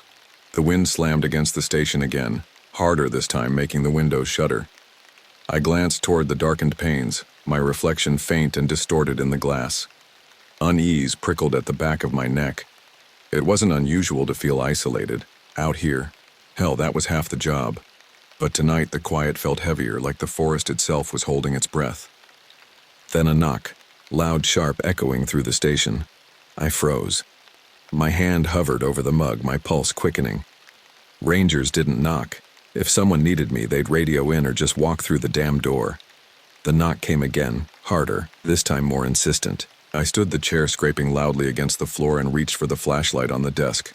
My heart thudded in my chest as I moved toward the door. "Who's there?" I called, my voice steady despite the unease crawling up my spine. No answer, just the wind outside hissing and moaning like it was alive. I leaned close to the door, peering through the peephole. A family stood on the porch, a man, a woman, and a teenage girl. The man's face was pale, his sandy blonde hair disheveled, and he was pounding on the door with the side of his fist. The woman clung to his arm, her dark hair whipping around her face in the wind, and the girl stood slightly behind them, her wide eyes darting nervously into the trees. "Please," the man shouted, his voice muffled through the door. "Someone's following us. We need help." I hesitated, my hand on the lock. My gut told me to be cautious, but the fear in his voice was real. I glanced back at the room, at the shotgun, mounted on the wall behind the desk. I could grab it if I needed to. "All right," I said finally, unlocking the deadbolt. The door creaked as I pulled it open, the cold wind rushing in and biting at my face. The man stepped forward, his hazel eyes wide and pleading. "Thank God. Please let us in. We've been running for miles. He's out there. He's still out there." "Who?" I asked, scanning the tree line beyond them. Shadows shifted in the swaying branches, but I didn't see anyone, or anything. "We don't know," the woman said, her voice trembling. "He's been following us since the highway. He won't stop." The girl didn't say a word, but her gaze was fixed, on the darkness behind them, her hands clutching the hem of her hoodie. "Get inside," I said, stepping aside to let them in.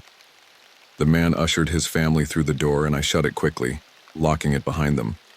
The door slammed shut behind them, the lock clicking into place under my hand. I lingered there for a moment, my palm pressed against the cold metal bolt, staring out through the narrow pane of glass at the parking lot beyond. The wind whipped through the trees, rattling the station's old windows, but the lot itself was still. Too still. The only thing out of place was a car I didn't recognize, parked under the sputtering glow of the station's single light. Its shadow stretched long and jagged across the cracked asphalt, flickering with every stutter of the bulb. Jesus. Oh God. The man, Evan, I'd later learn, gasped behind me, doubling over with his hands braced on his knees. His breath came in sharp, ragged bursts, and his face was pale, glistening with sweat despite the cold. I turned to face them. The woman, Laura, was clutching his arm, her knuckles white, her dark hair plastered to her face from the wind. The girl Abby stood a few steps back, her eyes wide and unblinking. She didn't look at me, she didn't look at her parents. Her gaze was fixed on the door, as if expecting it to fly open at any second. "What happened?" I asked, my voice low but firm. "Cutting." Through the tents, Evan straightened, his chest still heaving.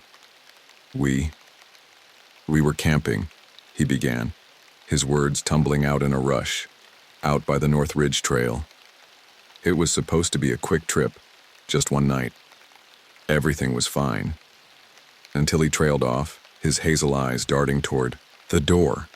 Until what? I prompted, my grip tightening on the flashlight in my hand. "There was a man," Laura said, her voice trembling. She glanced at Evan, then back at me, her green eyes wide with fear. "He just showed up, out of nowhere. He didn't say anything. He just stood there, at the edge of the firelight." Evan nodded, swallowing hard. He was wearing this hooded jacket. Filthy. Torn.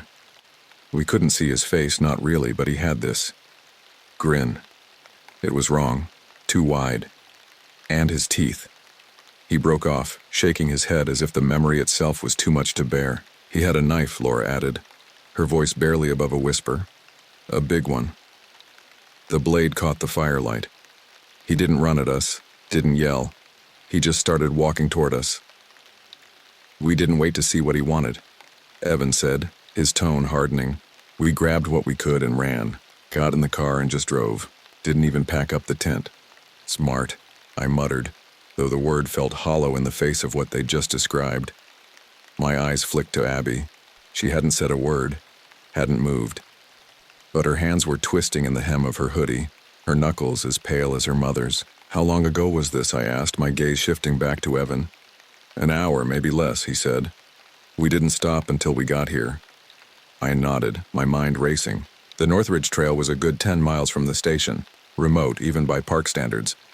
Whoever this guy was, he'd had plenty of time to follow them. If he was out there, he could be close. Too close.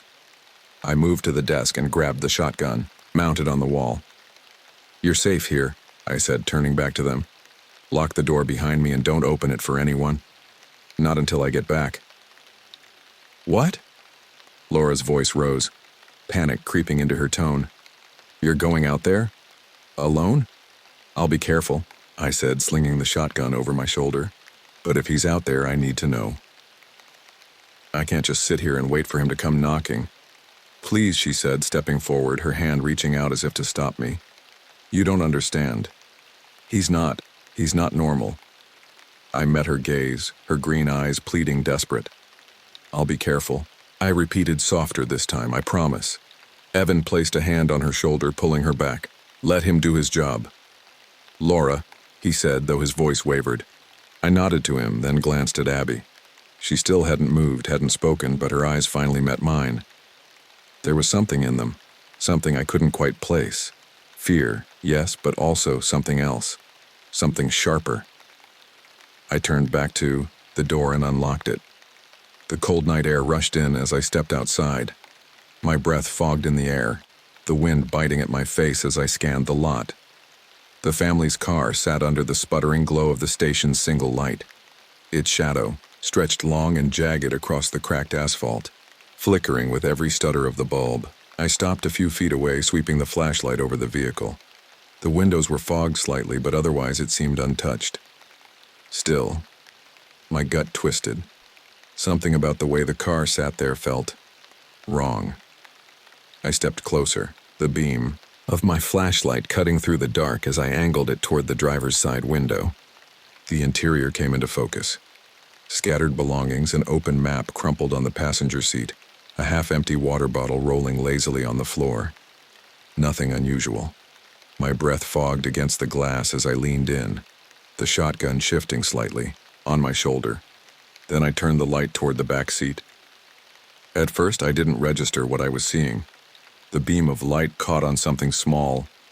I blinked, leaning closer, the flashlight trembling slightly in my grip. There, propped up on the seat, was a doll. No, not a doll. A thing. It was made of sticks. Its limbs twisted and bound together with frayed twine. The head was a misshapen knot of wood, and embedded.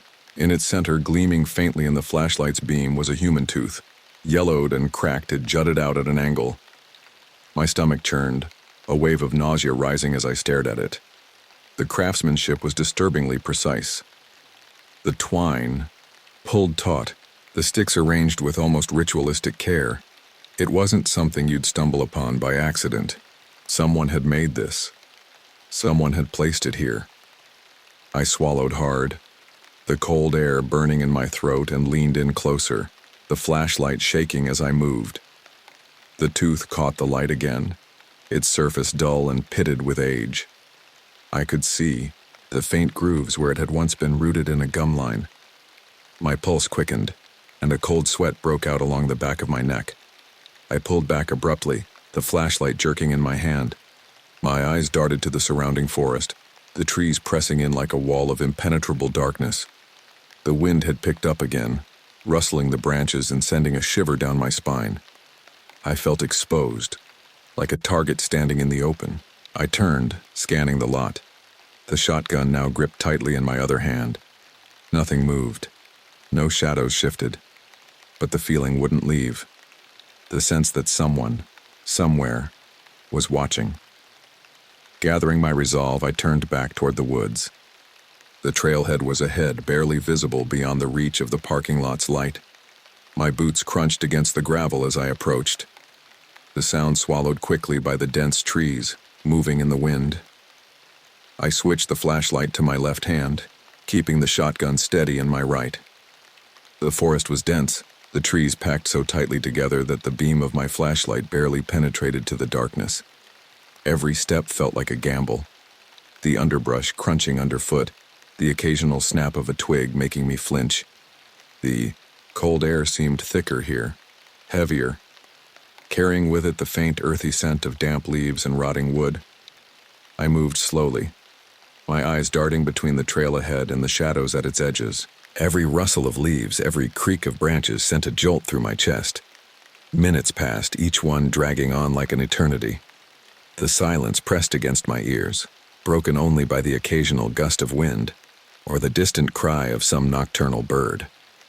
I kept moving, the flashlight sweeping back and forth, the beam catching on the gnarled roots and twisted branches that lined the trail. Then, movement.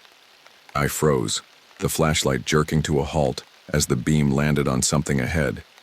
A figure, crouched on the trail, its shape barely distinguishable from the surrounding shadows. My heart slammed against my ribs, the shotgun rising instinctively. "Show yourself," I barked. The figure didn't move, didn't react. It just stayed there, hunched over like some creepy statue carved from the darkness itself. I said, "Show yourself." I shouted again, my voice harder this time, the words echoing faintly in the trees. My finger hovered over the trigger, my breath coming in short, sharp bursts. The flashlight's beam wavered slightly, catching on the edges of the figure's silhouette. It moved. The figure rose slowly from the crouch, each movement deliberate as though savoring the moment. My flashlight beam trembled in my grip, catching on the edges of his silhouette as he straightened to his full height. The hood of his jacket hung low over his face, casting shadows that made it hard to see his features clearly. But then he tilted his head just enough, and I saw it. The grin, wide, grotesque, teeth rotted and smeared with something dark.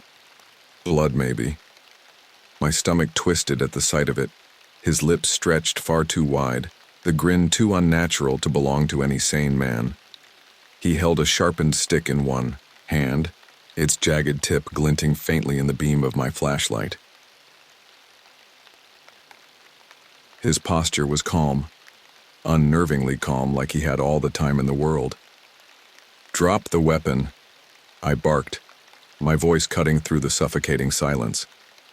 The shotgun was braced against my shoulder, my finger hovering over the trigger. I said, "Drop it." He didn't move, didn't flinch. The grin stayed plastered on his face, and for a moment I thought he hadn't heard me. Then he tilted his head to the side, the motion slow and almost curious, like he was studying me. And then he laughed. It started low, a guttural sound that bubbled up from deep in his chest. The laugh grew louder, rasping and broken like the sound of dry leaves scraping against each other. It wasn't the laugh of a man. It was something else entirely, something wrong. The sound sent a shiver down my spine, and I tightened my grip on the shotgun. I said, "It!" I shouted again, louder this time, trying to drown out that horrible sound. My voice wavered, the unease creeping into my tone despite my best efforts to keep it steady. The man didn't stop laughing. He took a step forward instead, his bare feet crunching against the trail. The grin stretched wider, impossibly wide, splitting his face like a mask. "Stop," I yelled, my finger tightening on the trigger. He kept moving toward me, his stick held loosely at his side. I had no choice. The shotgun roared, the sound deafening in the stillness of the forest. The recoil slammed into my shoulder, and the beam of my flashlight jerked wildly. The man stumbled, back clutching his chest, and for a moment I thought it was over. But then he began to convulse. His body jerked and twisted unnaturally, his limbs moving in ways that no human body should. His head snapped back, the hood falling away to reveal sunken features and hollow eyes that stared into nothing. His mouth opened wide, the grin still, there frozen in place even as his body writhed. And then just as suddenly as it started, it stopped. His body dissolved. No, vanished right before my eyes. One moment he was there, a twisted, convulsing figure, and the next he was gone. Smoke. That's what it looked like. His body unraveling into wisps of dark smoke that swirled for a moment before disappearing into the cold night air. I stood frozen, the shotgun still braced against my shoulder, my breath coming in ragged gasps. My mind raced, trying to make sense of what I'd just seen. It wasn't possible. None of it was possible. I lowered the shotgun, my hands trembling. The silence pressed in again, heavier than before, broken only by the faint rustling of the wind in the trees. My eyes darted to the ground where the man was just moments ago. The sharpened stick was gone, but something else caught the light. I stepped closer, the beam of the flashlight steadying as I focused on it. A knife. Its blade was long and curved, the surface stained with something dark and sticky. Blood. I crouched down, my fingers hesitant as I reached for the handle. I straightened, holding the knife in one hand and the flashlight in the other. My gaze swept the trail ahead, the shadows darker and deeper than ever. Nothing moved, no sound, but the feeling remained. The feeling like I was being watched. I turned and started back toward the station. When I reached the edge of the parking lot, the station's light flickered weakly in the distance. I reached the door to the station and paused, glancing over my shoulder one last time. The door clicked shut behind me. I twisted the lock, the bolt sliding into place with a metallic thunk, and leaned against the door for a moment, letting the cold air still clinging to my jacket seep into my skin. My chest heaved with each breath, and my fingers trembled as I set the knife down on the desk. Evan and Laura sat huddled together on the worn couch, their faces pale and drawn. Laura's arms were wrapped tightly around herself, her jacket bunched at her elbows, while Evan sat, forward, his hands clasped together so tightly that his knuckles were white. Abby was by the window, her small frame silhouetted against the glass. She didn't turn to look at me. Her wide eyes were fixed on the darkness outside, unblinking as though she was waiting for something or someone to emerge from the trees. What? What happened out there? Evan's voice broke the silence. He stood, his eyes locked on me, searching for answers. Did you see him? I exhaled slowly, running a hand through my hair. I saw him, I said. Or something. I don't even know how to explain it. Laura's head snapped up. What do you mean? What did he do? I walked toward the desk, dragging the chair out with a scrape and sinking into it. The knife sat between us. My hand hovered near it before I pulled back, unwilling to touch it again. He was out there, I began, my voice steadying as I forced myself to tell what I'd seen. Standing in the middle of the trail, I told him to stop, to drop whatever he was holding. He didn't listen, just kept coming closer. Evan took a step forward, his gaze darting to the knife. That was his, wasn't it? He asked, his voice tight. The knife. He had it at the campsite. I nodded. Yeah, it's the same one. I shot him, point blank. He went down, but then my mind wandered. The memory of the man's convulsing body and that awful grin flashing in my mind. I swallowed hard. He didn't die. He just disappeared. Like smoke. Disappeared, Laura echoed, her voice trembling. What do you mean? Disappeared? I mean exactly that, I said. I rubbed at my temples, trying to steady myself. 1 second he was there, and the next he wasn't. There was nothing left, just smoke, like he wasn't even real. That's not possible. Evan muttered, shaking his head. His hands dropped to his sides, his fingers twitching slightly. That doesn't make any sense. None of this makes sense. I snapped, the frustration boiling over. But it happened. I saw it with my own eyes. The room fell silent. Laura reached for Evan's arm, her fingers gripping him tightly. Abby still hadn't moved, her gaze fixed on the window. I turned to the radio on the desk, my hand hovering over the receiver. I'm calling the sheriff, I said, more to myself than anyone else. My voice felt distant, detached, like I was hearing it from somewhere outside my own head. They need to know what's going on. Evan didn't argue. He just nodded, his shoulders slumping as he sank back onto the couch. Laura leaned into him, her face buried against his shoulder, and he wrapped an arm around her. The receiver felt heavy in my hand as I lifted it. I quickly punched in the number for the sheriff's office, and the line rang twice before a voice crackled through the static. Sheriff's office, a gruff voice answered.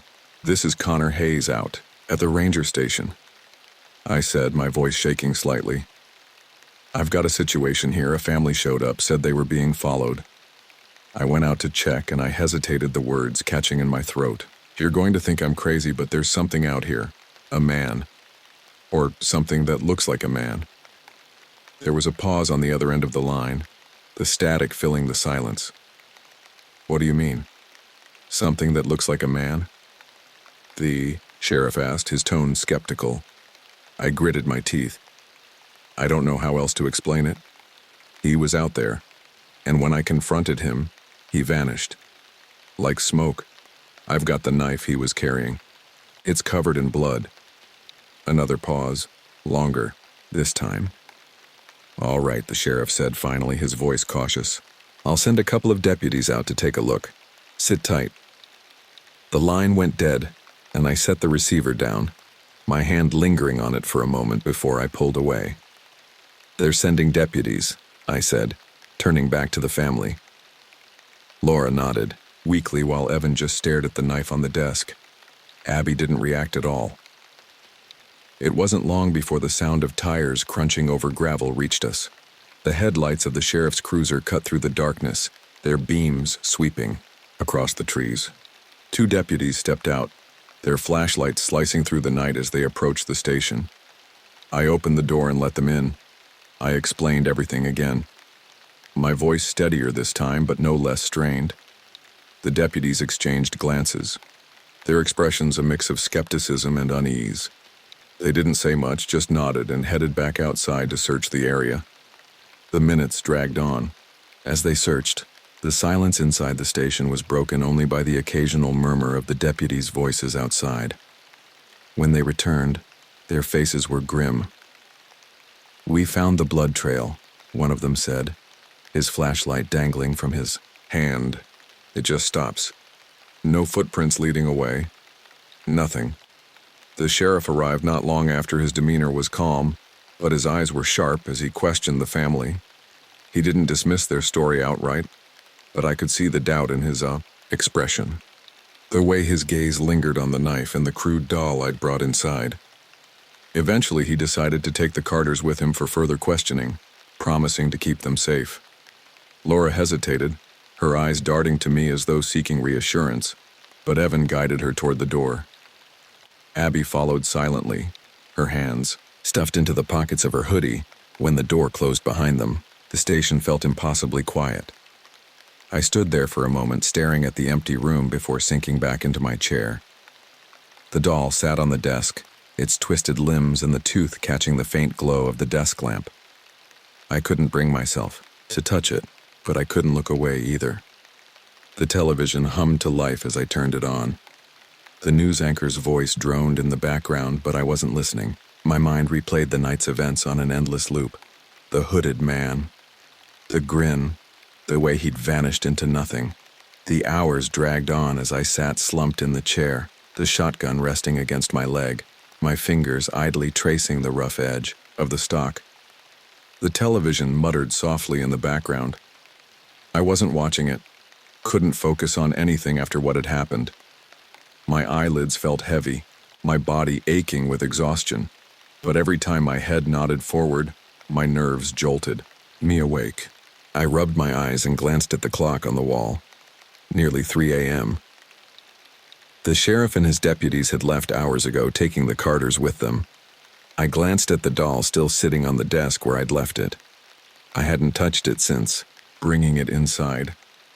Just looking at it made my stomach churn. I leaned back in the chair, trying to shake off the creeping fog of sleep. My mind wandered back to the trail, to the hooded man in that awful, impossible grin. I'd shot him point blank. I'd seen him collapse, seen his body dissolve into smoke, and yet the feeling of being watched hadn't left me since.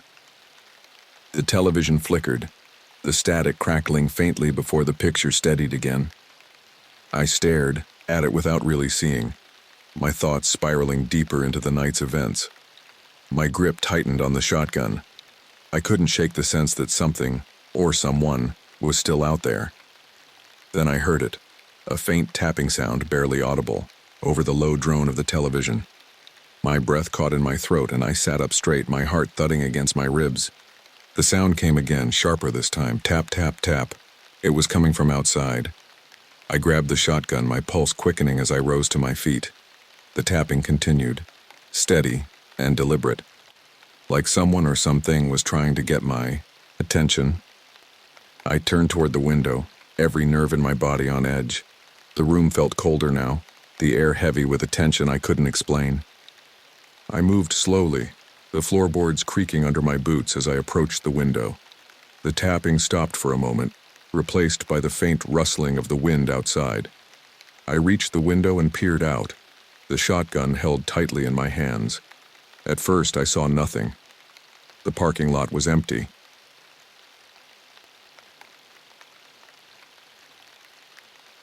The lone streetlight casting its sputtering glow across the cracked asphalt. I scanned the tree line, my eyes straining against the shadows. And then I saw him. He stood just beyond the reach of the station's lights, his figure barely visible against the darkness.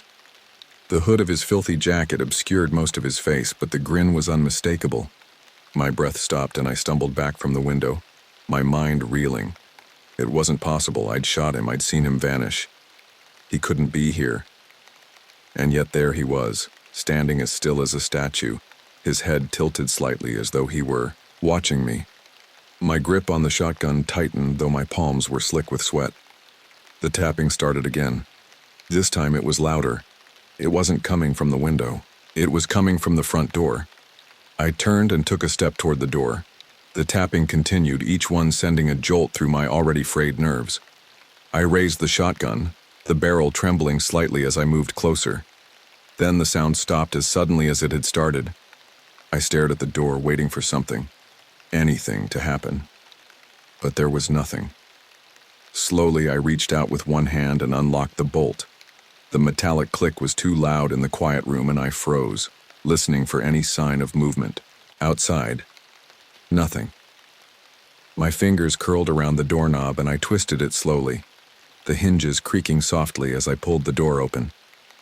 The cold night air rushed in, biting at my face and sending a shiver down my spine.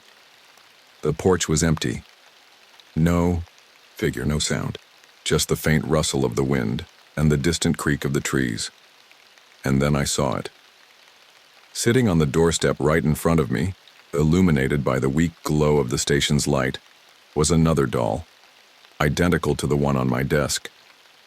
Its stick limbs were twisted and bound with the same frayed twine. Its wooden head tilted slightly to the side, and embedded in its center was another human tooth. My stomach turned and I stepped back, the shotgun still raised. The doll sat there, its presence somehow more menacing than if someone had been standing there instead. I swallowed hard, but my throat was dry and glanced around the lot, searching for any sign of movement. Nothing, just the doll. I closed the door quickly, locking the bolt and leaning against the cold metal. My chest heaved with each breath, my mind racing. My gaze flicked between the doll sitting on the desk and the door, my thoughts spiraling into a chaotic mess of fear and confusion. I didn't know how much more of this I could take. I couldn't leave it out there, not where it could do whatever it was meant to do. Very slowly, I peeked out the window, but there was still nothing. Just the creepy doll sitting there on the doorstep. I took one final deep breath, unlocked the deadbolt, and stepped outside. I bent down slowly, my shotgun still clutched tightly in one hand, and plucked the doll from the doorstep. My fingers tingled as I gripped it, and I fought the urge to throw it as far away from me as possible.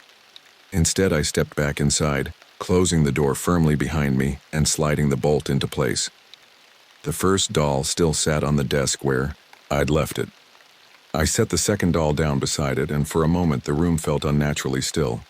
The two seemed to stare at me, their crude, stick-limbed bodies radiating something I couldn't name. Malevolence. That was the only word that came to mind. The air around them felt charged, like the moments before a lightning strike. My chest tightened, and I realized I was holding my breath. I couldn't do this anymore.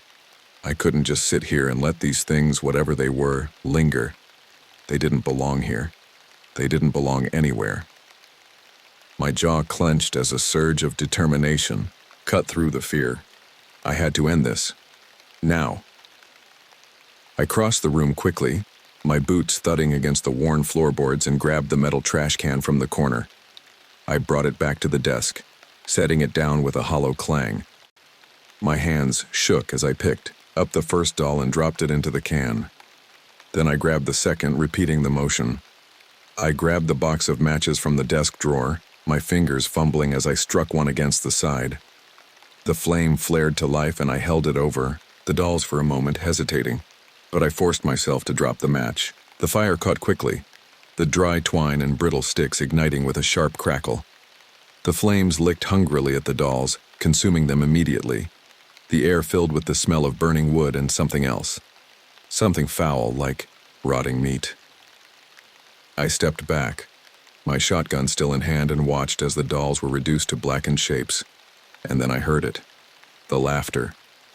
It was faint at first, barely audible over the crackling flames. But it grew louder, more distinct. A low sound that sent a chill racing down my spine.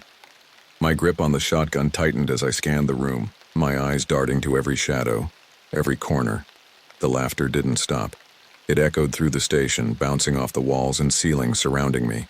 It wasn't human. It couldn't be human. "Who's there?" I barked, my voice shaking despite my best efforts to steady it. The laughter only grew louder, as if mocking me. I turned in a slow circle, the shotgun raised and ready. The room felt colder now, the temperature dropping so quickly that my breath came out in visible puffs. My fingers ached from the chill, but I didn't dare lower the weapon. The lights flickered suddenly, the dim glow of the overhead bulbs stuttering, in and out. The shadows in the room seemed to shift and stretch with each flicker. The laughter was everywhere now, filling the space, pressing against me like a physical force. My chest tightened and I struggled to breathe, the air feeling thick and heavy. And then I felt it, a presence behind me. Every muscle in my body tensed as the sensation washed over me like icy fingers trailing down my spine. I spun around, the shotgun braced against my shoulder and my finger hovering over the trigger. But there was nothing. The room was empty. And the laughter stopped. The silence that followed was eerie. My legs felt weak and I stumbled back. The shotgun lowering slightly as my arms trembled. My knees hit the edge of the chair and I collapsed into it. My hands shook violently as I set the shotgun across my lap, my fingers curling tightly around the stock.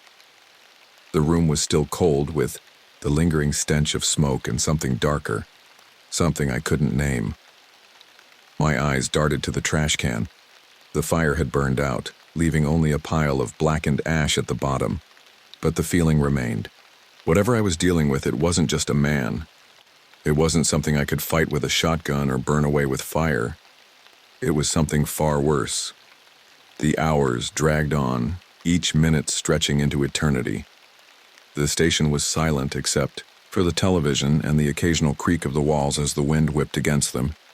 My eyes darted to every corner of the room, every shadow, every slight movement outside the window. I couldn't shake the feeling that I wasn't alone. The laughter still played in my mind and I couldn't let it go. Every creak of the floorboards and every sound of the wind outside made my heart jump. My body was exhausted, my muscles stiff and aching. But I didn't dare let my guard down. Not after everything I'd seen. I glanced at the clock.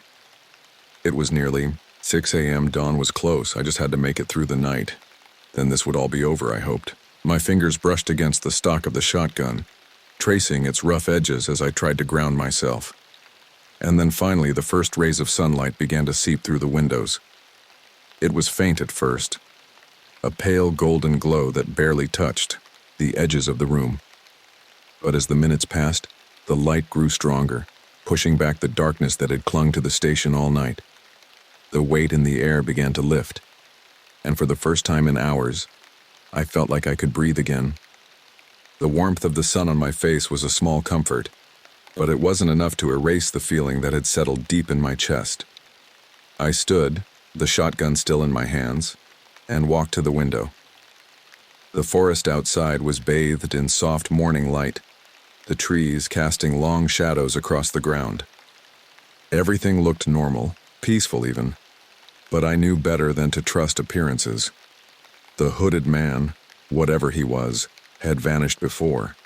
He could be out there now, watching and waiting. The next few days passed without any incidents, and I thought that maybe it was all over. I had managed to put myself at ease as best I could, but something still lingered in the back of my mind every night as I looked out into the forest. Then a call from the sheriff shattered what little peace I'd managed to find. "The family," he said, his voice heavy with something I couldn't quite place. "The Carters. They're gone." "What do you mean, gone?" I asked, my stomach twisting. "Their car was found abandoned on the side of the highway," he said. "No sign of them. It's like they just vanished." I didn't respond. I couldn't. The words caught in my throat. They were gone, and I knew deep down that the hooded man, or whatever he was, had something to do with it. I couldn't stay here. Not after everything that had happened. The forest, the station, even the air itself felt tainted, as though the hooded man's presence had seeped into every corner of this place. I put in a request to transfer to a different park, far from here. Somewhere I could start over. Somewhere I could feel safe again. Packing my belongings was a slow process. I moved through the station, like a ghost while my mind was elsewhere. The shotgun was the last thing I packed just in case I needed it. I closed the lid and reached for my duffel bag, but something stopped me. A small crude doll was tucked into the corner of the bag. Its stick limbs were bound with frayed twine. Its wooden head tilted slightly to the side, and its grin was unmistakable. My breath caught in my throat and I stumbled back, my legs hitting the edge of the desk. The room seemed to tilt around me, the walls closing in as I stared at the doll. It hadn't been there before. I was sure of it. The realization hit me like a punch to the gut. It wasn't over. It would never be over. The doll's grin seemed to widen as I stared at it, a chilling reminder that whatever this thing was, it wasn't done with me yet.